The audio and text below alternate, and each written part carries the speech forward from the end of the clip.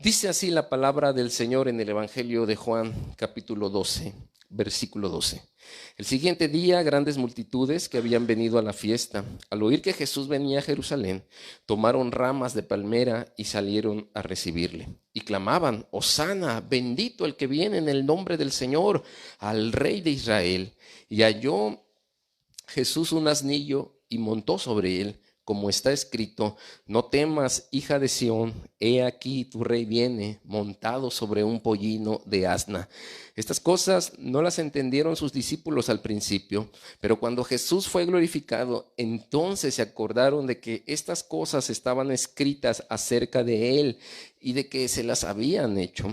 Y daba testimonio la gente que estaba con él cuando llamó a Lázaro del sepulcro y le resucitó de los muertos, por lo cual también había venido la gente a recibirle, porque había oído que él había hecho esta señal. Pero los fariseos dijeron entre sí: ¿ya veis que no conseguís nada? Mirad, el mundo se va tras él. Quiero hacer una oración esta tarde. Padre, en el nombre de Jesús oramos pidiendo que tu palabra pueda ser expuesta esta tarde con la libertad que nos has conferido, que tu palabra pueda ser sembrada en cada corazón y que esta tu palabra, Señor, traiga esperanza, traiga ánimo. Esta tu palabra, Señor, traiga dirección en la toma de decisiones. Esta tu palabra, Señor, santifique el corazón de cada oyente. Esta tu palabra pueda traer salvación en el corazón de aquel que tiene la necesidad de encontrarse contigo.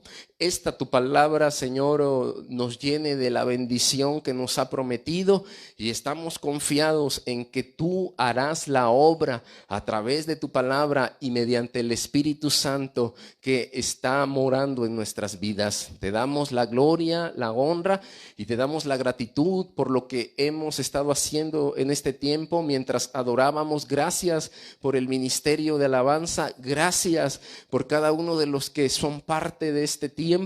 Gracias por la vida que nos permites, Señor, disfrutar el día de hoy, y gracias por todas tus ricas y abundantes bondades para con cada uno de nosotros, en el poderoso nombre de Jesús, tu Hijo amado y Señor nuestro. Amén, Señor, y amén.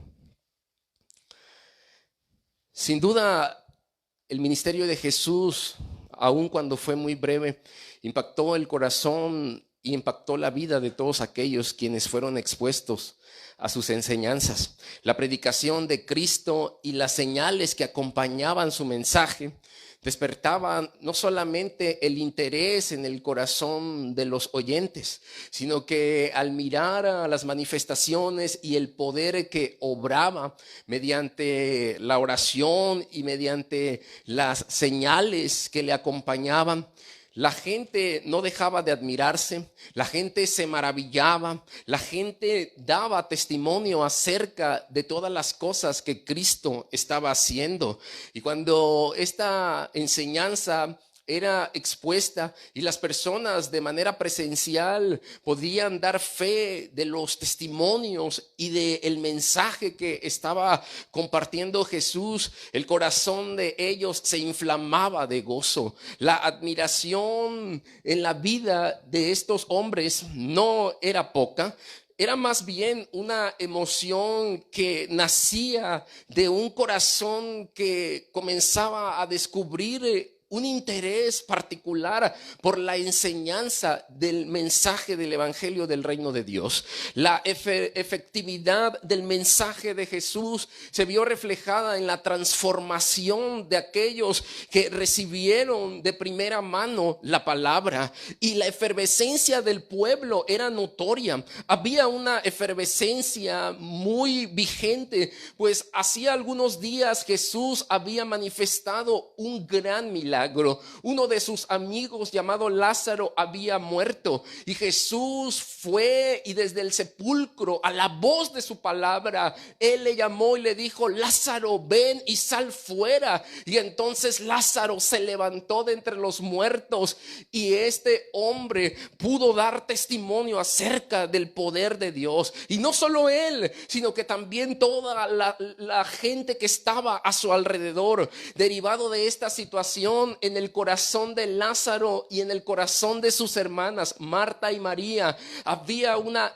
tremenda gratitud, que comenzaron a organizar una cena en la ciudad de Betania 6 días exactamente antes de la Pascua. Y mientras sus amigos planeaban rendirse en gratitud delante de él, había un grupo de hombres religiosos, fariseos y saduceos, quienes se habían amotinado para hacer un complot y matarle a Jesús. Y no solo a él, sino que decían unos a otros: también matemos a Lázaro, porque por medio de lo que Cristo ha hecho en su vida, muchas personas vienen a sus pies. El grupo de saduceos y fariseos eran hombres que habían sido establecidos para llevar a la gente a los pies del Señor, pero la política, el sistema religioso, la sociedad se había totalmente corrompido en los días de Jesús. El ambiente en el cual Jesús estaba desarrollando su ministerio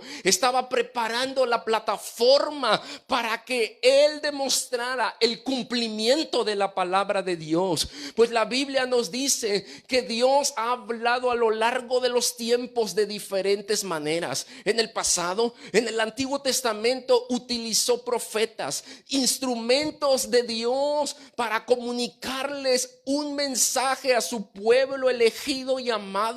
Hombres que estaban dispuestos a renunciar a todas las cosas. Hombres que tenían una determinación clara en el cumplimiento de la misión. Hombres que se afligían. Hombres con pasiones semejantes a las nuestras, como Elías. Hombres que cuando oraban, grandes cosas sucedían. Y es que el mensaje en el Antiguo Testamento también iba acompañado de señales, de evidencias prodigiosas. El mensaje que anunciaron los profetas del Antiguo Testamento iba acompañado de maravillas. Y es que el Dios del Antiguo Testamento es el mismo Dios del Nuevo Testamento. El Dios que acompañó a los profetas fue el Dios que estuvo acompañando a Cristo. Fue Él quien anunció un mensaje y los discípulos pudieron abrazarlo. 12 que fueron llamados y le siguieron,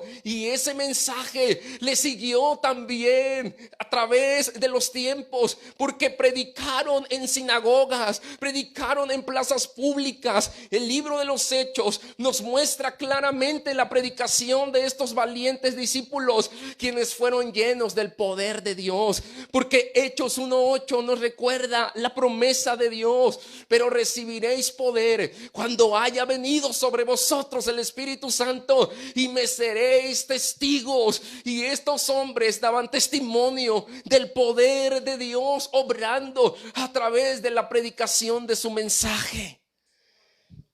Encontramos entonces que esas señales siguen vigentes, que el mensaje de Dios sigue vigente, y el cumplimiento de la palabra de Dios se da mediante el tiempo que Él establece. 2 de estos profetas fueron Zacarías y el otro fue Isaías.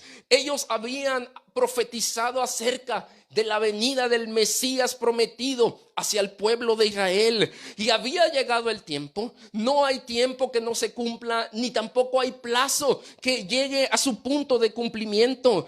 Y vemos que delante de una gran multitud, un gran grupo de personas reunidos para dar testimonio de que lo que el Señor había hablado a lo largo de siglos atrás, de años y décadas atrás, se estaba cumpliendo en el momento en que Cristo aparecía montado en un asno, un pequeño pollino, y Jesús entraba triunfante en la ciudad de Jerusalén.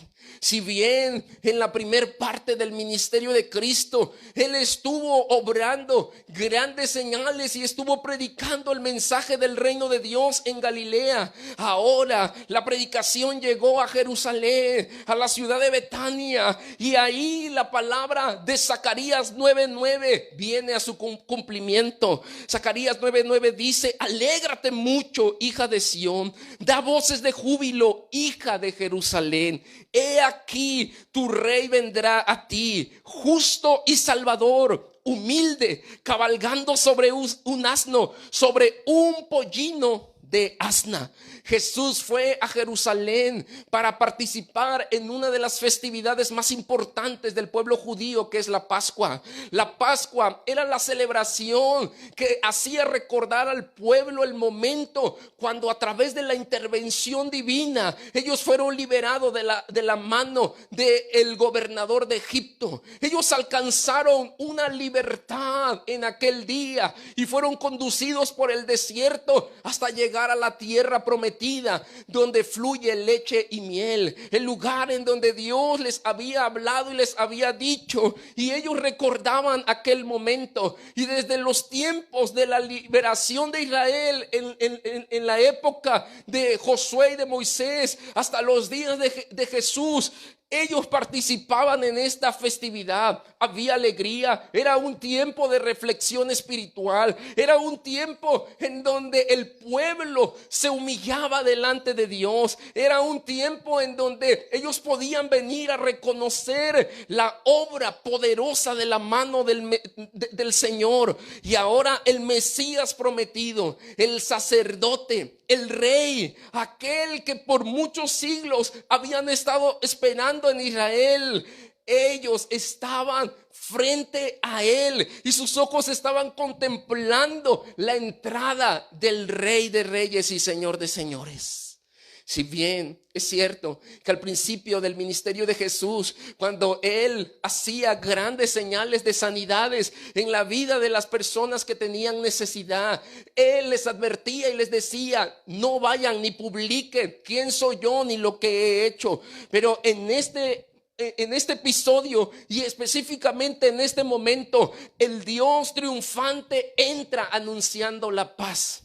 Y aunque pareciera un poco extraño para nuestros días, en la época de Jesús, el entrar en un burro montado era la representación o el símbolo de la realeza. Los reyes utilizaban este tipo de animales, aunque para nuestra cultura y muchas otras culturas, la palabra burro o el animal como tal es generalmente asociado con algo que denigra o de bajo estima.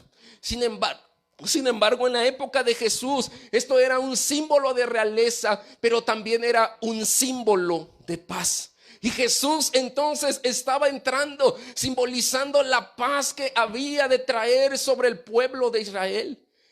Y la paz que Dios nos ha dado es una paz totalmente diferente a la paz que encontramos en el mundo. Jesús dijo: mi paz os dejo y mi paz os doy. Y no es como la paz que podemos encontrar en esta vida, porque la paz que nosotros encontramos en el mundo es aquella que asociamos con las cosas que tienen que ver con la calma o la tranquilidad que hay en nuestro espíritu y en nuestro corazón. Si no hay problemas, si las cosas están marchando bien, si todo es miel sobre hojuelas, entonces decimos que vamos bien y que estamos disfrutando de una vida de paz. Pero en cambio, la paz que Dios nos ha dado es una paz que nos lleva a reconciliarnos con Dios, es una paz que nos lleva a rendirnos delante de nuestro Creador. La paz que Dios nos ha dado no es la ausencia de tempestades. La paz que Cristo nos ha dado no es la ausencia de dolor o sufrimientos. La paz que Cristo nos ha dado es que aún por encima de todas estas cosas y en medio del ojo del huracán, podemos tener calma, podemos tener sosiego, podemos tener tranquilidad, porque sabemos que Dios está en control de todas las cosas. El Hijo de Dios entra triunfante anunciando su paz y diciéndole al pueblo: sujétense a mi persona, porque vamos a edificar el reino de Dios en esta tierra. El reino de Dios ha llegado. Cuando Jesús nació, los ángeles dijeron que era un tiempo de paz. Él es el príncipe de paz. Según Isaías 9:6 nos dice: Él es la paz que el mundo necesita. Él es la paz. Él es el rey humilde, justo, salvador de todos los siglos de los siglos. Pero además encontramos que la profecía de Isaías 53:1 también viene a cumplirse con fidelidad. Isaías pregunta: ¿quién ha creído a nuestro anuncio? ¿Y sobre quién se ha manifestado el brazo de Jehová? ¿Subirá cuál renuevo delante de él? Los judíos, esta gente que se había amotinado, y principalmente el liderazgo religioso, no creían en él a pesar de las cosas que estaban observando, a pesar de todos los milagros y las evidencias palpables de que él era el Mesías. Se habían cegado. Estos hombres, lejos de venir y rendirse delante de él, planearon su muerte.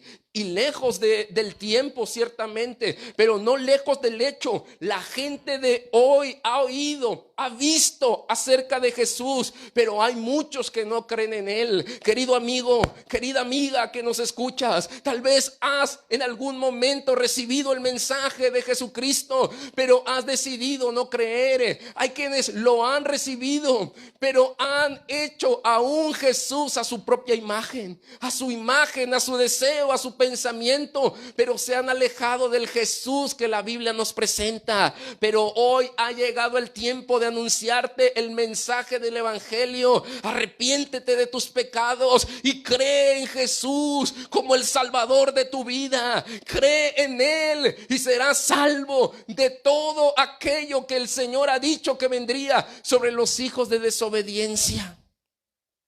Bienaventurados sois porque hemos creído y aún no hemos visto. Bienaventurados sois porque creemos que esto pasará y el Señor nos librará de esta adversidad que el mundo está enfrentando. Bienaventurados sois porque aún cuando no sabemos qué pasará el día de mañana, tenemos la plena confianza de que Dios nos proveerá en todas las necesidades que os hagan falta. Bienaventurados sois porque aunque los ojos físicos ven el problema, la fe ve lo que el Señor puede hacer. Bienaventurados sois cuando no vemos, pero creemos en él. Y el segundo pasaje es Isaías 6:10, quien también se cumple. Isaías 6:10 dice: endurece el corazón, o endureció el corazón de este pueblo, y agravó sus oídos y cegó sus ojos, para que no vea con sus ojos, ni oiga con sus oídos, ni su corazón entienda, ni se convierta y haya para él sanidad. Mira, aunque las palabras parecen incompatibles, pero además pueden parecer contradictorias al mensaje del Nuevo Testamento, porque el Señor ha dicho que su deseo y su voluntad es que nadie se pierda, sino que todos procedan al arrepentimiento.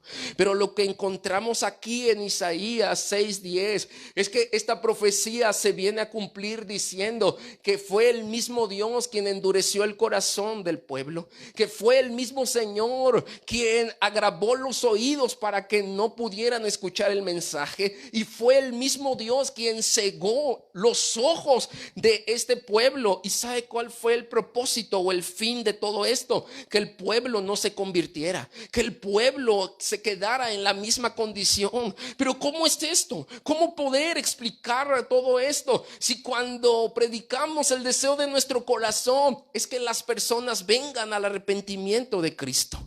Es que en la vida tomamos decisiones equivocadas. Nos equivocamos a diario al elegir cosas en nuestra vida física o en nuestra vida espiritual. Tenemos que decidir de qué vamos a vivir, si de un trabajo, si de un negocio. Tenemos que decidir con quién nos vamos a casar, porque eso determinará el éxito o el fracaso en nuestra vida muchas de las veces, y además eso nos marcará para siempre. Tenemos que decidir acerca de en qué lugar voy a estudiar, qué carrera voy a estudiar, cambiar. Pero hay una decisión importante también en la vida, y es si yo me vuelvo un discípulo de Cristo, si yo soy un seguidor de Él o rechazo seguirlo. Y esta, desde mi opinión, es una de las decisiones más importantes, porque la vida física se va a construir en la vida espiritual, y no es fácil tomar una decisión de esta naturaleza.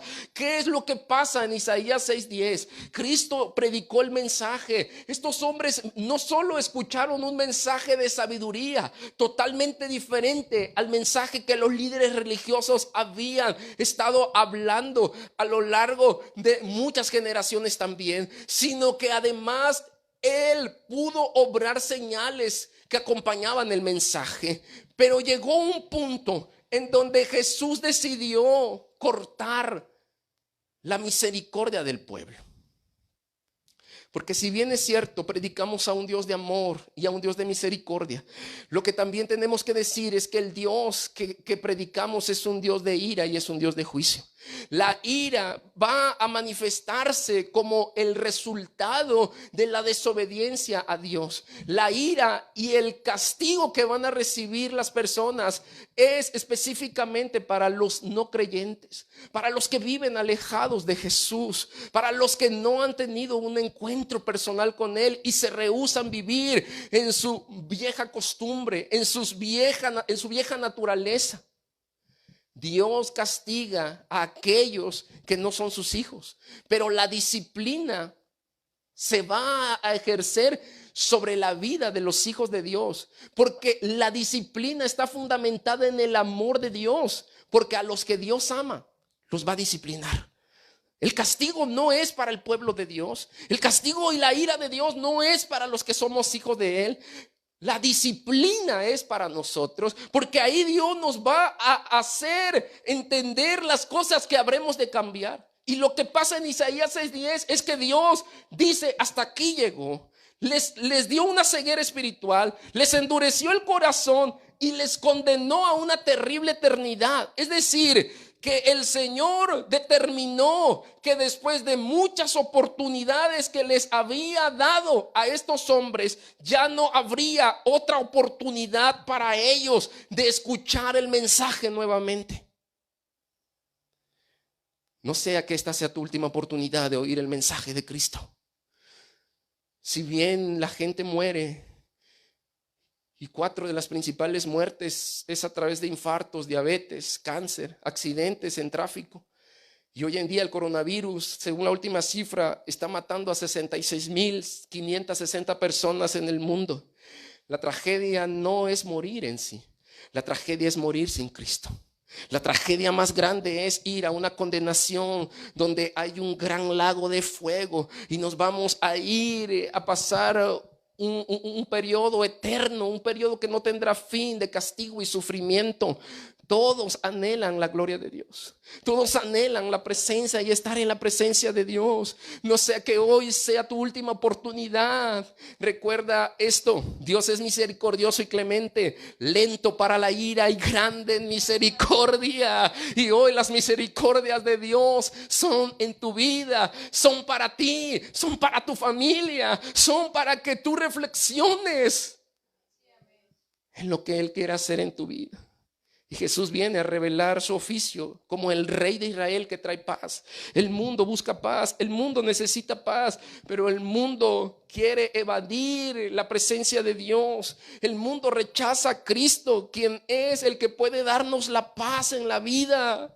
El mundo se ha corrompido y considera que la paz que necesita no la puede encontrar en ningún lugar. Jesús viene a traer esa paz que no podemos encontrar en ningún otro lugar. Es el Rey que vino a salvar a este mundo. Pero la paz que Él te da es una paz primero para con Dios, porque al no estar reconciliados con Él somos enemigos de Dios. Y al reconciliarnos con Él, nuestra vida comienza a tener la paz y una tranquilidad que nunca antes pudo haber disfrutado. Por eso cuando venimos a Dios y alguien ora por nosotros y lloramos, o solamente oran y sentimos que algo nos inunda y decimos: después de esa oración salí como con tanta tranquilidad y paz en mi vida. Y es que Dios es quien va a manifestar la paz porque Él es la fuente de toda paz. Él vino a salvar a este mundo, pero ¿de qué lo salvó? Primero, de las garras devastadoras del pecado. Él vino a conducirnos por un carril correcto. El pecado es la violación a la ley de Dios, los mandamientos que Dios ha establecido. El pecado no es otra cosa que ir por un camino equivocado. El pecado es desobediencia y rebeldía directa y frontal en contra de Dios. Si vivimos en el pecado, vamos a tener consecuencias del pecado. Y este pecado no nos va a producir la paz que necesitamos en nuestro espíritu. El pecado es contrario al amor. Entonces, de lo que Dios nos vino a salvar es de vivir una vida desastrosa y miserable, de vivir una vida desgraciada. Lo que Dios vino a hacer es entregarnos todo lo que necesitábamos para que vivamos realmente de una manera plena y abundante. Porque el enemigo vino a hurtar, a matar y a destruir, pero Dios ha venido a dar vida y vida en abundancia. El amor es contrario al orgullo. El pecado va a producir orgullo, envidia, vanidad, soberbia, amargura, vergüenza, asesinato. El pecado va a producir todo lo malo que te imaginas. Pero lo contrario al pecado es santidad.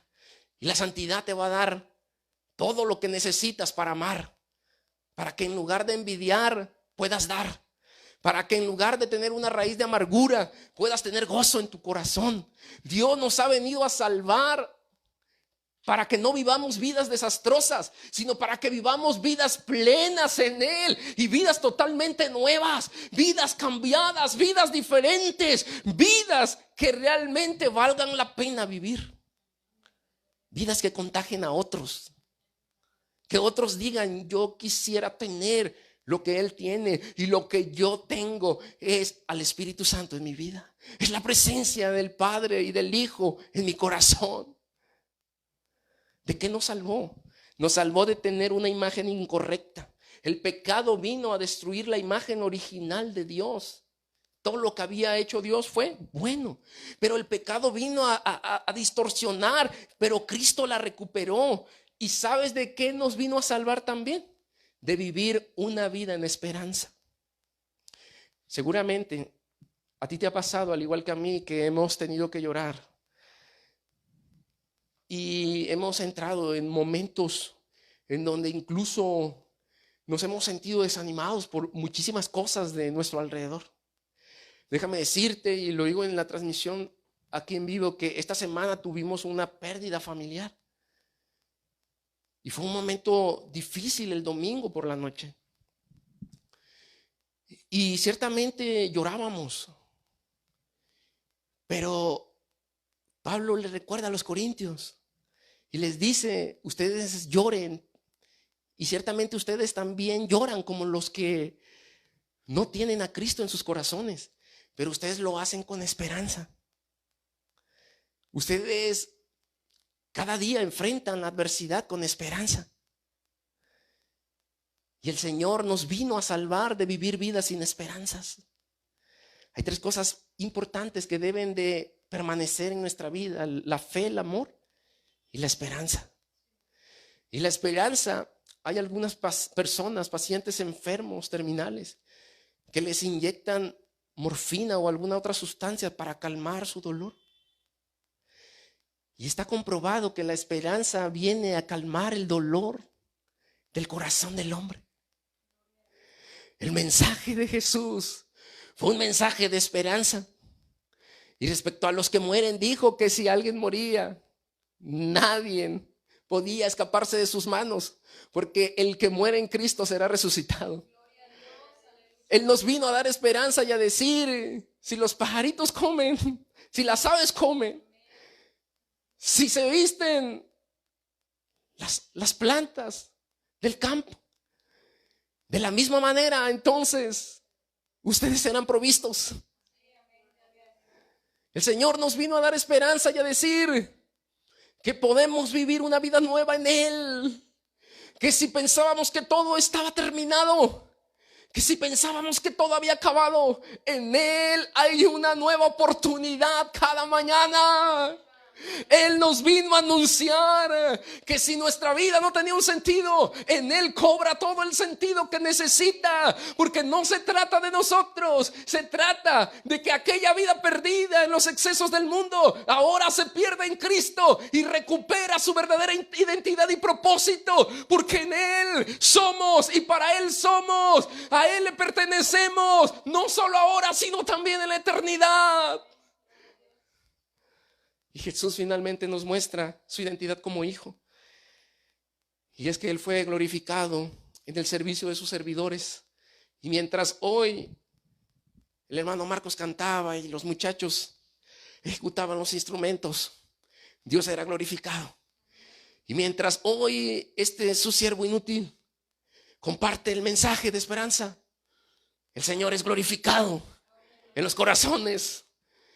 Y mientras hoy hay cosas que no vemos, hay cristianos que están sirviendo desde la trinchera de los hospitales, médicos, enfermeras, gente en el área administrativa. Hay gente que es cristiana y está sirviendo en el área del servicio público. Están atendiendo emergencias. Hay quienes no directamente están sirviendo, pero a través de sus acciones, a través de sus finanzas y a través de muchas otras cosas, están también sirviendo. Y Dios es glorificado en ese servicio. Dios glorificó a Jesús. Verso 28. El Padre glorificó a Jesús. Una voz del cielo se oyó y dijeron: son truenos. Algunos pensaron que eran truenos. Algunos otros dijeron: no, pues solo fue algo, hay un estruendo. Y el Padre glorificó al Hijo, y el Hijo dijo: para esta hora, para este momento he llegado. Aquí comenzaba ya, Él sabía que sus horas estaban contadas. Y Él dijo: para este momento he llegado. Iglesia Kairos, amigos y hermanos que nos ven, para esto Dios ha puesto a la iglesia. Él sabía y Él sabe de antemano las cosas que habrán de ocurrir. Y así como Cristo nos enseña y como Esther dijo: para este momento fui creada.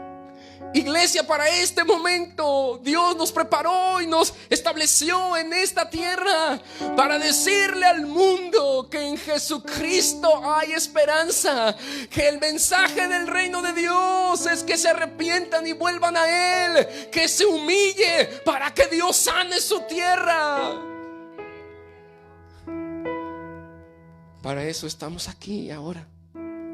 Pero además la multitud le glorificó diciendo: Hosana, bendito el que viene en el nombre del Señor, Rey de Israel. Hosana, Hosana en las alturas. Esta expresión los judíos la conocían perfectamente, y es que ellos estaban esperando ya al Mesías prometido.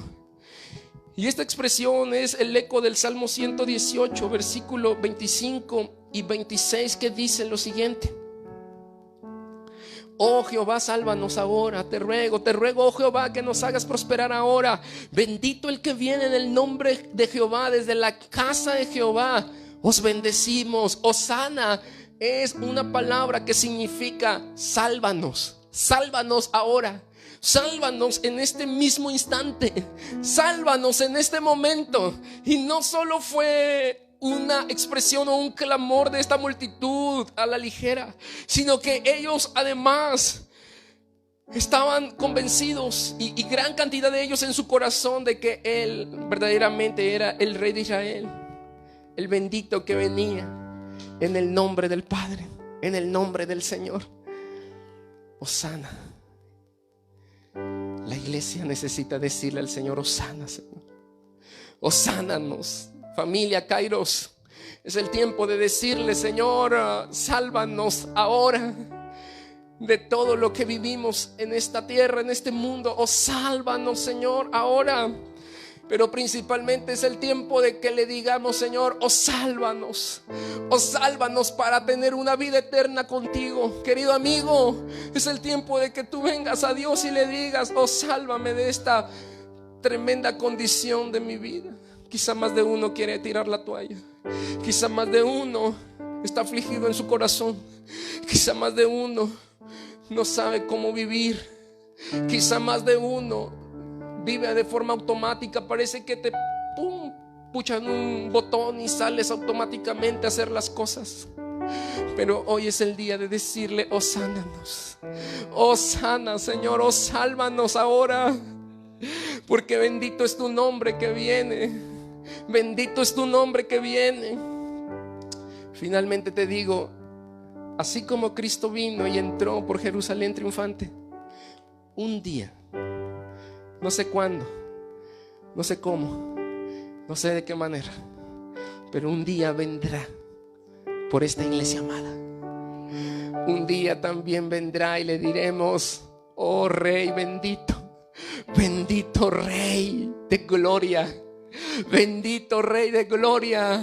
Y dile: bendito Rey de gloria. Puedes decirle a tu Rey: Hosana, bendito Rey de gloria. Bendito pueblo de Dios, dile: bendito Rey de gloria. Porque el Señor no tarda el cumplimiento de su palabra. No hay palabra profética más segura que la que nos ha confiado. No hay para el corazón del creyente lugar a la incredulidad, pues Dios trae la paz que necesitamos. Y como la gran multitud podemos decirle: Hosana, Hosana en las alturas. Bendito sea el Rey de nuestra vida, bendito sea el Rey de nuestro corazón.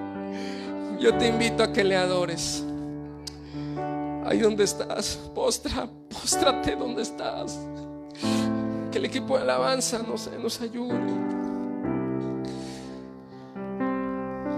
de una forma tenue y que podamos adorar. Vamos a cantar antes de orar. Cierra tus ojos. Querido amigo, tal vez esta sea una oportunidad de oro para tu vida. Te doy mi palabra que no hay mejor vida que la vida que tenemos en Cristo. Él te va a moldear, Él te va a transformar y no se va a detener hasta que el gran alfarero pueda tomar la vasija que es tu vida y mi vida y pueda perfeccionarla hasta llegar a la estatura del varón perfecto. Cierra tus ojos. Póstrate ahí. Yo sé que el audio le puedes subir al audio. Yo sé que hay limitaciones quizá en muchos sentidos, pero yo te invito a que le adores. No pierdas este momento. Vamos, adórale. Hola, ¿qué tal? Te saluda tu amigo el pastor Josué Ramos de la iglesia Centro Familiar Kairos. Y quiero agradecerte porque a lo largo de este año 2019 has estado en compañía con nosotros. Te animo para que durante el año 2020 sigas siendo parte de esta gran familia virtual. Te recuerdo que puedes encontrarnos en nuestras diferentes redes sociales como Centro Familiar Kairos, Facebook, Instagram y YouTube. La palabra de Dios nos anima a permanecer fieles a Él. Te invito para que este año tu confianza esté depositada en el Señor y puedas mirar toda la plenitud de su gloria. Este es el tiempo de Dios para ti. Dios te bendiga.